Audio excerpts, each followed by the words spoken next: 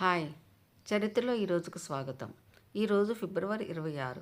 కాస్త వెనక్కి వెళ్ళి ఈరోజు జరిగిన ముఖ్యమైన సంఘటనల గురించి తెలుసుకుందాం. 1919 ఫిబ్రవరి 26న అమెరికాలోని అత్యంత ప్రసిద్ధ పర్యాటక ప్రాంతమైన గ్రాండ్ క్యానన్ని అధికారికంగా నేషనల్ పార్కుగా ప్రకటించారు. కువైట్లో ఫిబ్రవరి 25న నేషనల్ డే జాతీయ దినోత్సవంగా మరియు ఫిబ్రవరి 26న లిబరేషన్ డే అనగా విముక్తి దినోత్సవంగా జరుపుకుంటారు. సిపాయిల తిరుగుబాటుకు అంకురార్పణ ఈరోజు జరిగింది. 1857లో పశ్చిమ బెంగాల్లోని బరంపూర్ వద్ద 19వ బెంగాల్ నేటివ్ ఇన్ఫాంట్రీకి చెందిన సైనికులు మొదటిసారిగా గ్రీజు పూసిన తోటాలను వాడడానికి నిరాకరించారు.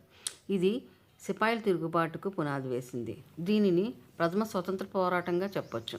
1993లో ఇదే రోజు న్యూయార్క్లోని వరల్డ్ ట్రేడ్ సెంటర్ ఉత్తర టవర్ కింద పార్కింగ్ గ్యారేజ్లో ఉగ్రవాదులు ట్రక్కు బాంబు పేల్చారు. పాకిస్తాన్ భూభాగంలోని బాలాకోట్ ఉన్న జైషే మహమ్మద్ ఉగ్రవాద శిబిరంపై 2019 ఫిబ్రవరి 26న భారత వైమానిక దళం మెరుపు దాడులు నిర్వహించింది.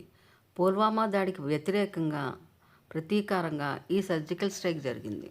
భారత స్వతంత్ర సమరయోధుడు, రచయిత మరియు రాజకీయ నాయకుడైన సావర్కర్ 1966 ఫిబ్రవరి 26న మరణించారు. ప్రసిద్ధ అమెరికన్ సైనికుడు మరియు బైసన్ వేటగాడు 1846లో ఇదే రోజున జన్మించారు.